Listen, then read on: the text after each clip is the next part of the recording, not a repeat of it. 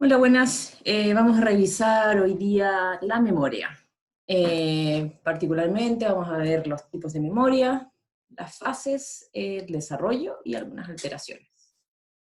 Bueno, siempre comenzamos con las definiciones, ¿no? Bueno, aquí vamos a ir a primero la definición de Sokolov, que nos planteaba que la memoria era la conservación de la información, ¿cierto? Cuando este estímulo ya no estaba presente. En el fondo, de alguna u otra manera, aquí ya se da la idea de que la memoria nos permite manipular información cuando ésta ya no está concretamente frente a nosotros, ¿cierto? Luria incorpora otros conceptos, plantea que es el grabado, la retención y la reproducción, y este es el concepto interesante, de las huellas, ¿cierto? De que se van dejando ciertas huellas a través de la experiencia, ¿cierto? Y esto nos va permitiendo acumular información. Luego Tulving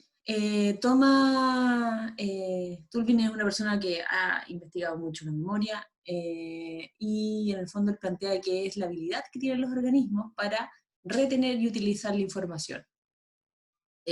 También es interesante que en el 2002 más o menos una persona que que tenía apellido Kolf, no puedo decir esa palabra, perdón, eh, planteaba que el aprendizaje es un cambio permanente, ¿ya? Que se genera en la conducta debido a la experiencia que tienen las personas. Y que aquí la memoria es la que genera una fabricación de representaciones mentales y que va dejando ciertas huellas. Y acá hay un concepto interesante, de nuevo, que un poco vuelve a lo de Luria, que estas huellas suponen ciertos cambios que no son solo funcionales, sino que también estructurales en el cerebro.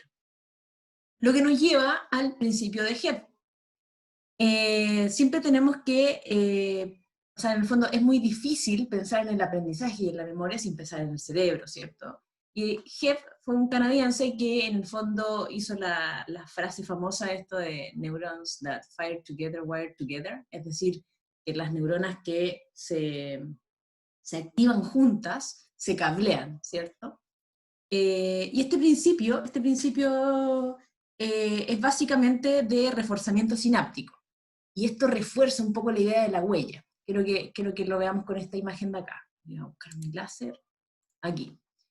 Entonces yo tengo una neurona A y tengo una neurona B, ¿cierto? La neurona A genera un potencial excitatorio, ¿ya? Un potencial excitatorio postsináptico sobre una neurona B, ¿cierto? Que sería este PEP. Sin embargo, es demasiado bajo, entonces no logra activar esta neurona, ¿ya? Entonces, en un punto llega una tercera neurona que se acopla al funcionamiento de A y trabajan juntas y activan a B, ¿vale? Y en este escenario, la fuerza que tiene, la potencia que tiene, sí logra activar a B. Y luego, cuando yo tengo una nueva activación de A, aunque no esté C, como estas neuronas ya se han activado juntas, ya han tenido conexión juntas, yo con el mismo estímulo inicial logro activar a la neurona B, ¿ya? Entonces, este es el concepto de que se genera una huella, se genera una conexión reforzada. Eh, entonces, aquí aparece la hipótesis de la huella dual. La hipótesis de la huella dual nos dice, por una parte, que un patrón de activación va a reverberar en los circuitos. Ojo que aquí yo les doy el ejemplo porque el principio de Hebb es con neuronas, pero cuando pensemos en cognición, estamos pensando en ensamblajes de neuronas, ¿ok? Y por otra parte, que si la reverberación pasa de un umbral, este va a generar una huella, ¿ya? Y esta es la huella, ¿cierto? Que aquí la podemos ver, que al principio no genera activación, luego tiene una potenciación, y luego pueden trabajar juntas a pesar de que le esté dando la misma energía que le daba inicialmente. Bueno, volviendo un poco más a lo cognitivo, la memoria, en el fondo, ese es un principio básico con el cual podemos entender la fisiología, ¿cierto? Pero en la parte cognitiva vamos a observar que hay ciertos tipos de memoria. Y las podemos dividir con distintos criterios, dónde están alojadas neuralmente, la temporalidad que tienen, la funcionalidad que tienen, etc. Vamos a revisar.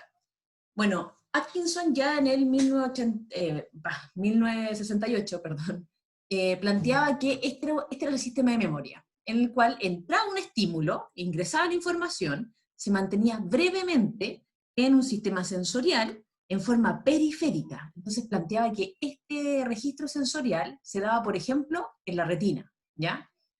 Y que luego pasaba a un sistema de corto plazo, que tenía obviamente una corta duración, y luego la información se iba a la memoria de largo plazo. Entonces aquí ya tenemos ciertas nociones de que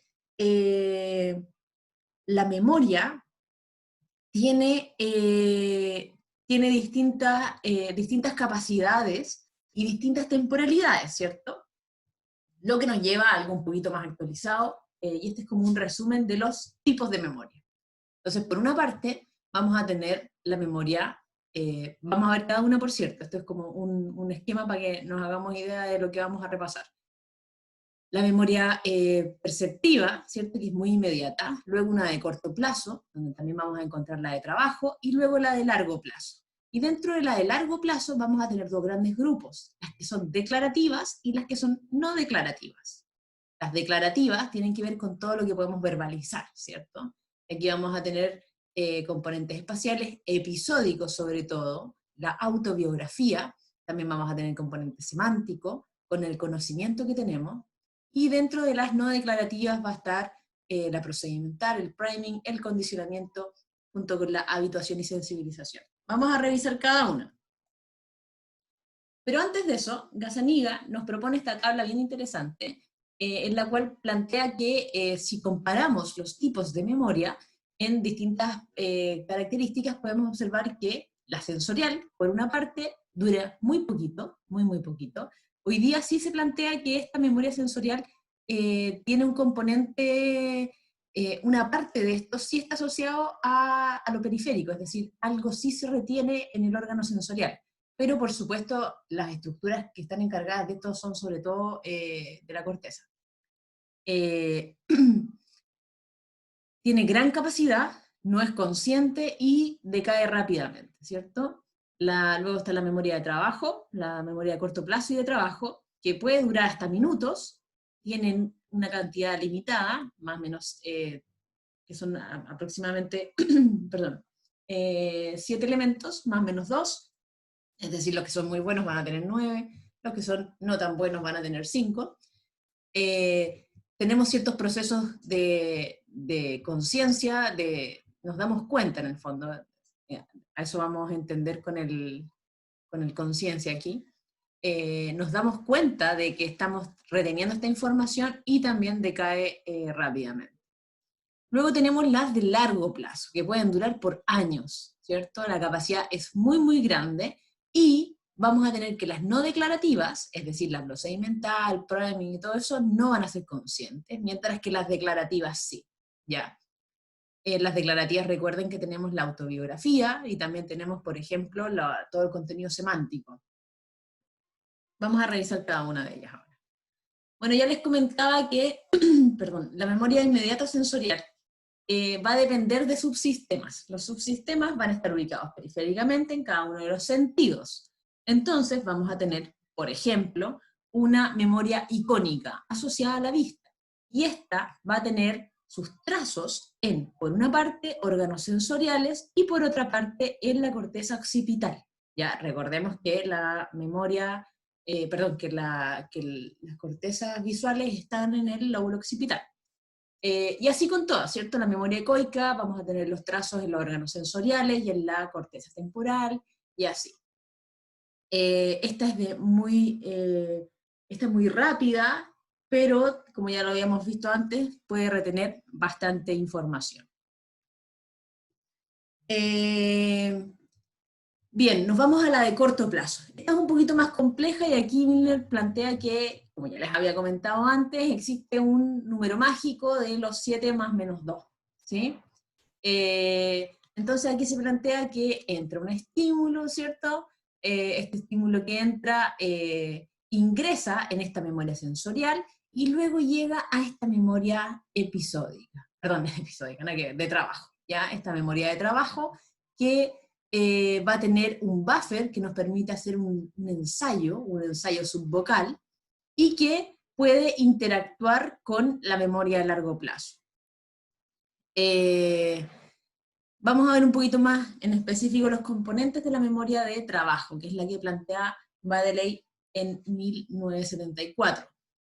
La memoria de trabajo, identificada como una función ejecutiva, de hecho,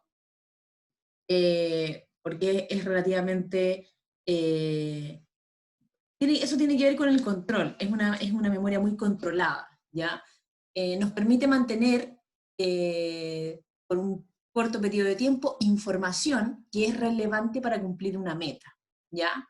Y esta memoria de trabajo tiene varios componentes. Por una parte, tiene distintos espacios donde llega la información. Por una parte, tengo una agenda visoespacial en la que voy a manipular información visual y espacial. Entonces llega la información visual y espacial y se aloja aquí. Y yo puedo retener esa información. Por ejemplo, si yo pongo unas imágenes, un círculo por acá, u otro por acá, y así, y ustedes tienen que retener esa información, la van a retener ahí, ¿ya? Por otra parte, tenemos el loop fonológico. El loop fonológico nos va a permitir manipular la información verbal. Entonces vamos a tener este ensayo subvocal, que por ejemplo, si les digo, recuerden este número, de 7 dígitos, ustedes van a estar constantemente repitiéndolo en voz baja, ¿sí? Bueno, ese ensayo subvocal es el que nos permite manipular información verbal. También va a haber un ejecutivo central que va a ser el que evidentemente va a controlar todo esto, y por esto se identifica como una parte de las funciones ejecutivas, que ya vamos a ver más adelante. Y otro componente interesante es el buffer episódico, que nos va a permitir interactuar con estos otros módulos y nos va a permitir sacar información de la memoria a largo plazo. Y eso es también muy interesante. Ahora, en lo concreto, si pensamos en la working memory, en la memoria de trabajo verbal, las activaciones que vamos a tener son básicamente las del circuito auditivo vocal, que son las que se representan aquí con este fascículo arqueado o con una vía dorsal 2, de acuerdo a los modelos del lenguaje. Esos también los vamos a ver bastante más adelante. Pero en el fondo aquí la mayor activación tiene que ver con la conexión de esta zona sensorial y esta zona motora, ¿cierto? Ahora, cuando los estímulos no son auditivos, sino que son a través de la lectura, y necesitamos manipular signos grafémicos, vamos a tener una activación mayor en el área temporal inferior, ¿sí?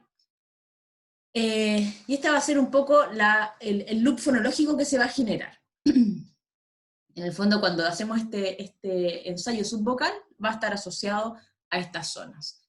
Sin embargo, hay otras propiedades que tienen que ver con la manipulación y el almacenamiento. Entonces, cuando tenemos tareas de manipulación, vamos a activar aquí, que es parte de Broca, ¿cierto? 45-47 de Brodmann, y para el almacenamiento vamos a tener activación de 21 de Brodmann. ¿Sí? Y ahí van a ser las interacciones que haga ese tipo de memoria. Por otra parte, en la memoria de trabajo visoespacial vamos a tener diferencias también, en la espacial por una parte y la visual por otra. Entonces, cuando tengamos cuando tengamos que retener información espacial, vamos a tener sobre todo activación del córtex prefrontal dorsolateral, que es el que le escribí por acá, y que se ubica más o menos aquí, ¿cierto? También vamos a tener activación, como se ve ahí, del surco intraparietal y del campo ocular frontal. Recuerden que este también estaba involucrado en la coordinación oculomotora, entonces tiene mucho sentido, ¿cierto? Existe una concordancia entre las vías del qué y del dónde, si se acuerdan de esa información que vimos hace poco. Por otra parte, en la mantención de la información visual, vamos a tener una activación un poquito más adelante, que va a ser del córtex prefrontal ventrolateral. También vamos a tener activación de zonas corticales más posteriores, occipitotemporales, y también va a depender un poco de qué estímulo, ¿ya? Porque, por ejemplo, si estamos reteniendo información de casas, el área fusiforme medial se va a activar más. Ahora, si estamos observando caras, la zona fusiforme lateral se va a activar más. Entonces tenemos un nivel de especialización un poquito más grande aquí. Pero un poquito en resumen, y esta actividad se las dejo como no tarea, sino que como forma de trabajo, que lo podemos revisar en la clase. Por una parte, esto sería lo verbal y esto sería lo visual, entonces una actividad podría ser aquí enumerar las áreas y describir las funciones de la memoria de trabajo verbal y visual. Y eso lo vamos a ver en clase. Luego tenemos la memoria de largo plazo, ¿ya? Tulving ya planteaba hace mucho tiempo, en el 1972, que existe un sistema anésico que por una parte puede ser episódico o por otra parte puede ser semántico, ¿sí? Bueno, también hace harto tiempo, Papez, que es bastante famoso por esto, buscaba un circuito, pero él estaba estudiando las emociones, la verdad. Y lo que encontró fue el conocido circuito de Papez, de la memoria de largo plazo.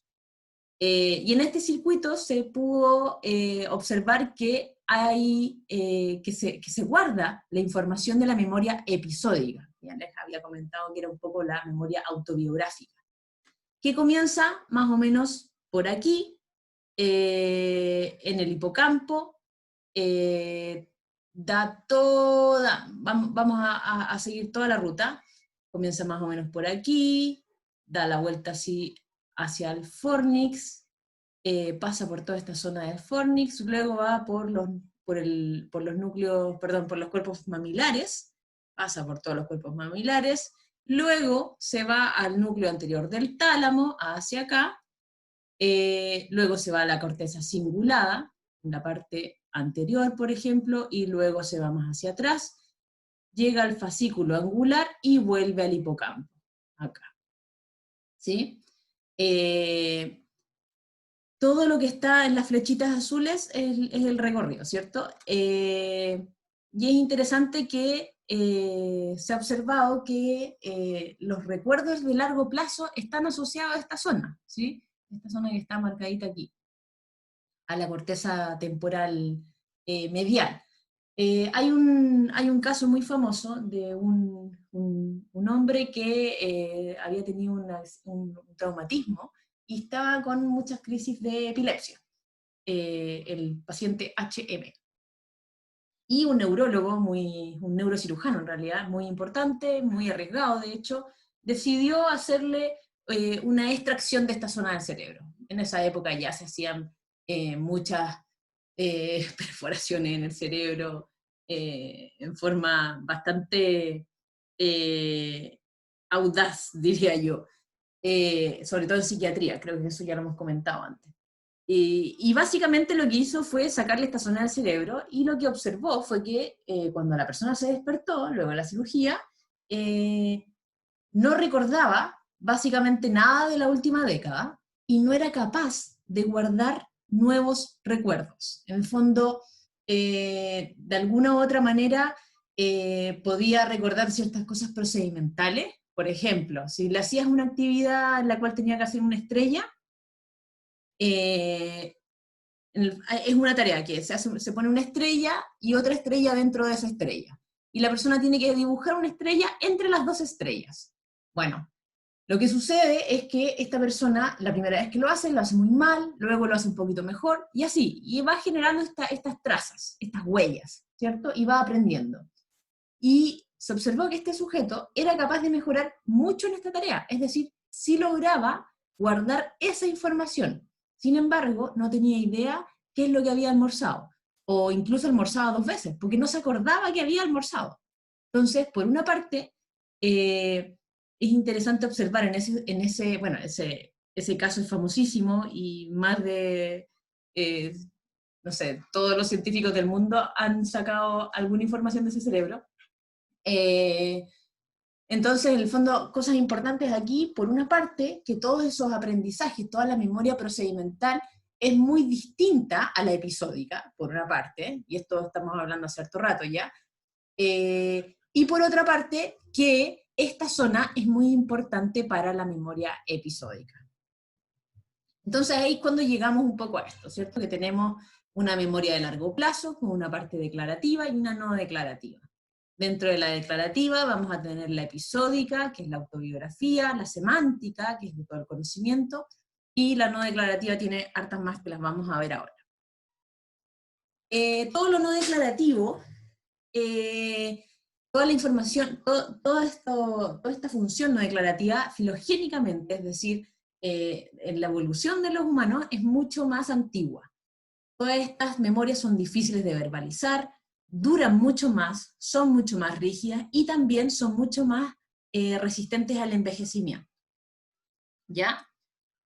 Vamos a comenzar con la primera, la procedimental. Ya les había comentado un poco que esta tiene que ver con, por ejemplo, el típico ejemplo que se da aquí es el de andar en bicicleta, ¿cierto?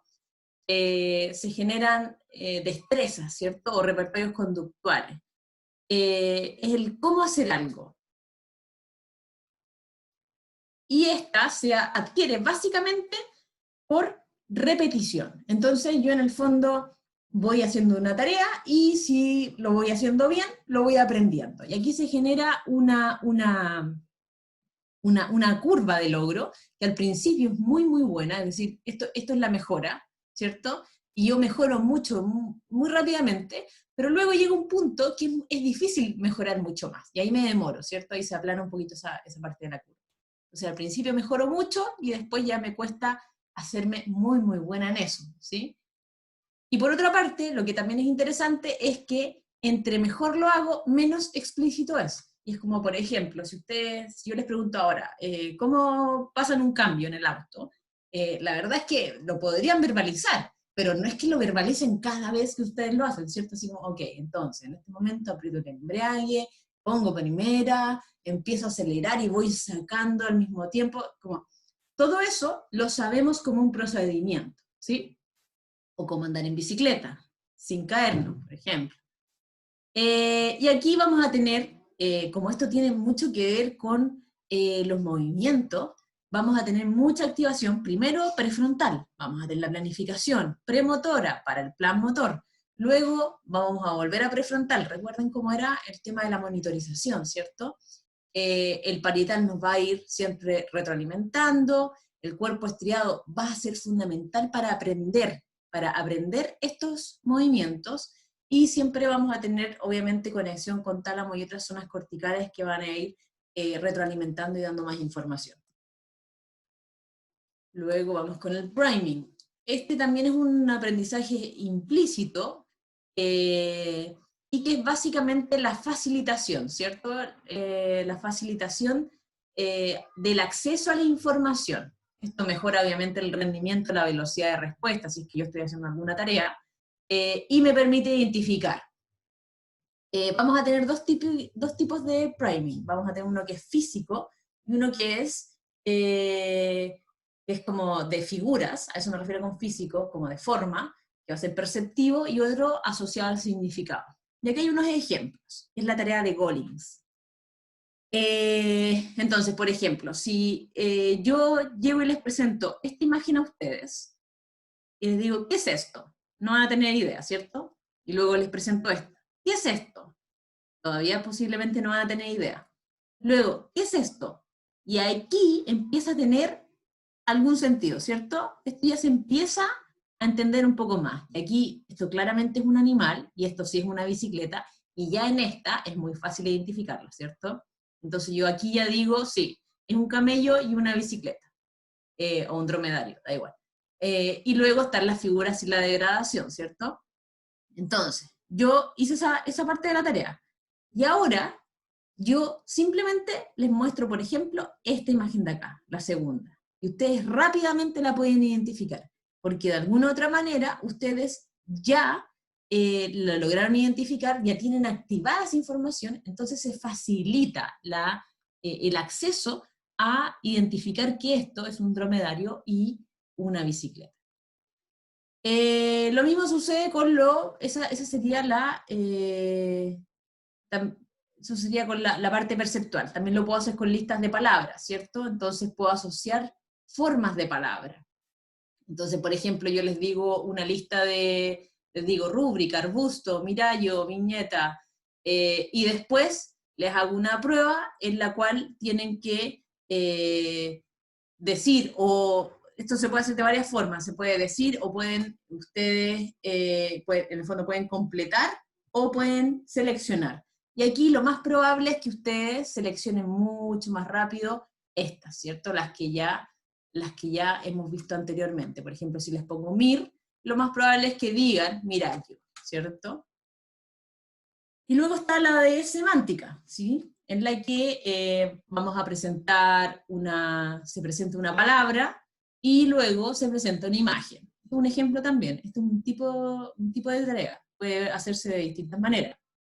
Entonces, presentamos una palabra y luego presentamos una imagen que es lo mismo, ¿cierto? Entonces, cuando yo les hago una pregunta, en este ejemplo es si lo hizo el hombre o lo hizo la naturaleza, en este ejemplo ustedes van a responder más rápido a que si yo hubiera escrito la palabra mono, ¿cierto? Aunque están semánticamente relacionada, o peor todavía, si yo pongo la palabra hombro, en ese escenario se van a demorar más todavía, y si yo pongo una pseudo palabra como dogu, se van a demorar más aún, ¿ya? Entonces, cuando yo tengo una información semántica que me permite acceder a la información, yo puedo responder más rápido. Sería el priming semántico. Luego, dentro del aprendizaje asociativo, vamos a tener los clásicos condicionamientos, ¿cierto? Aquí tenemos los ejemplos de Pavlov y de Skinner, y vamos simplemente para recordar, se presentaba en el condicionamiento clásico, se relacionaban dos estímulos, se presentaba, por ejemplo, la comida, que era un estímulo incondicionado, y luego se generaba saliva, ¿cierto? Respuesta incondicionada. Luego se ponía un metrónomo un poquito antes de presentar la comida, ¿cierto? Que antes era un estímulo neutro, pero como lo sumo a la comida, se asocia con saliva. Entonces después presentaban solamente el metrónomo, que ya era un estímulo condicionado, y se generaba saliva, que es una respuesta condicionada, ya que no hay comida de por medio, ¿cierto? Y luego en el condicionamiento instrumental, se genera un poco también una relación entre un estímulo, de la respuesta a un estímulo, y la consecuencia de esa respuesta. Entonces aquí hay una relación causal. Aquí están estos típicos experimentos con ratones en los cuales ellos tienen que presionar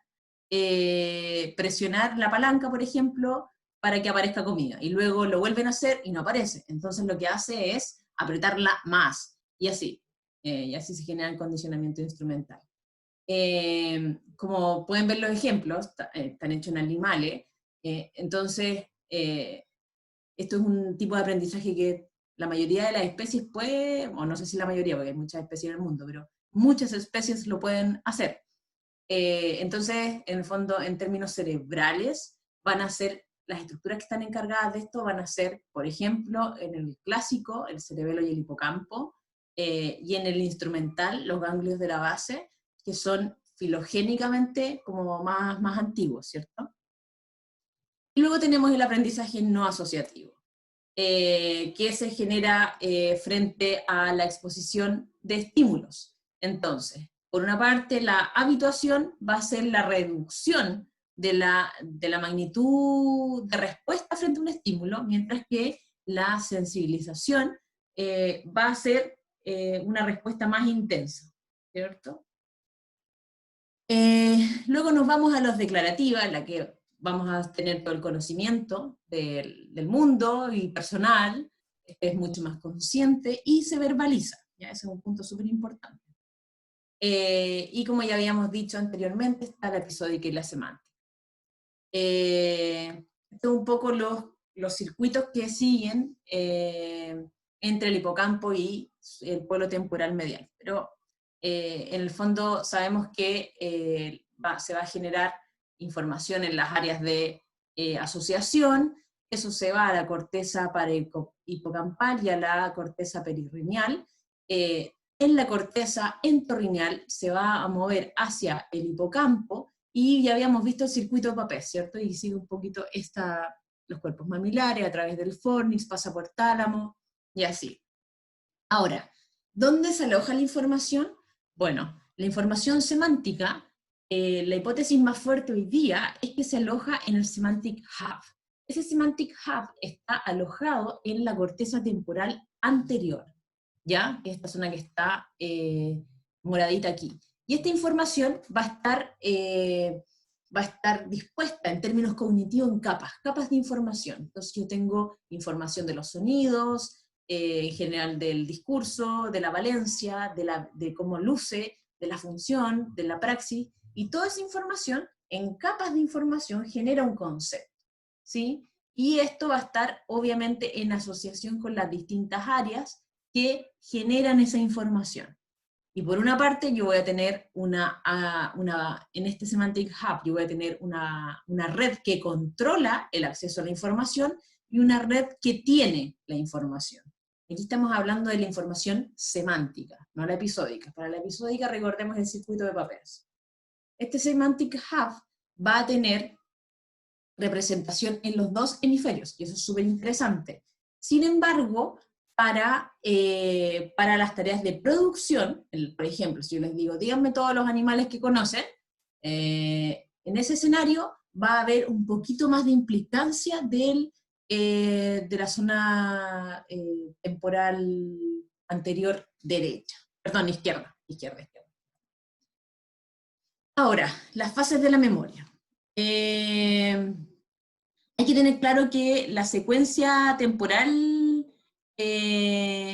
interviene en el almacén de largo plazo, ¿ya? Entonces, por una parte vamos a tener la codificación, el almacenamiento y la recuperación.